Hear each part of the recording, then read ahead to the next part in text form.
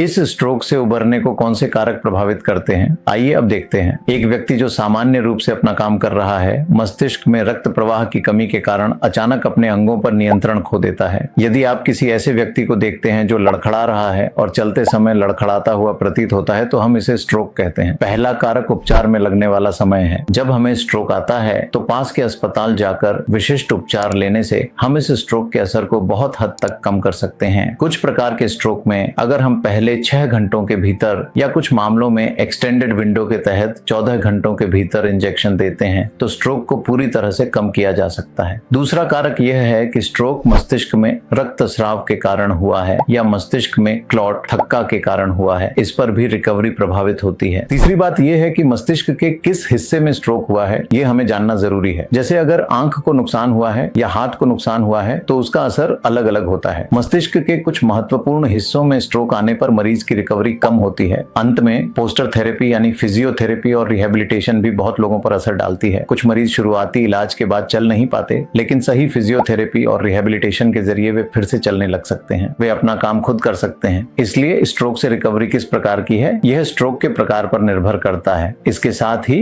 किस तरह का इलाज लिया गया, समय पर इलाज मिला या नहीं, और इसी तरह पोस्ट ट्रीटमेंट भी बहुत महत्वपूर्ण है। उनकी रिकवरी इन्हीं बातों पर निर्भर करती है। धन्यवाद।